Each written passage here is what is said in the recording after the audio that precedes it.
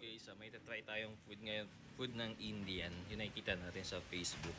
Na-curious ako kasi ang dami kumakain.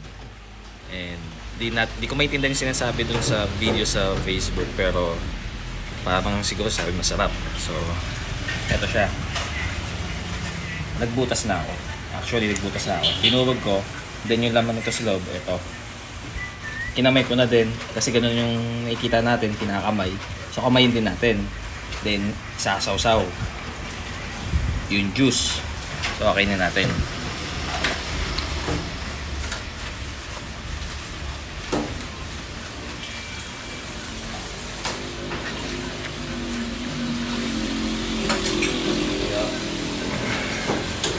Masarap.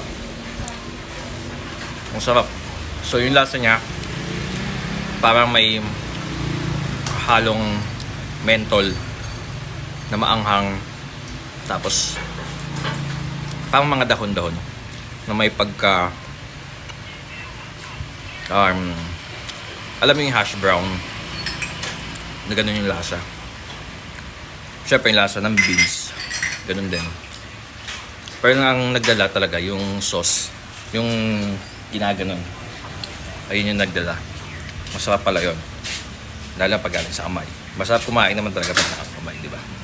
So yun lang, chinek lang natin kung ano talaga lasa. Pero masarap. Ayun, nagbutas pa ako. Kaya lang, paano kung masasawsaw yung juice? Kukutsarahin ko. So, lalagay pa tayo. Ayan, lagay ulit tayo. Ayan. Lagay. Since nabutas, sausaw ulit. Ayan.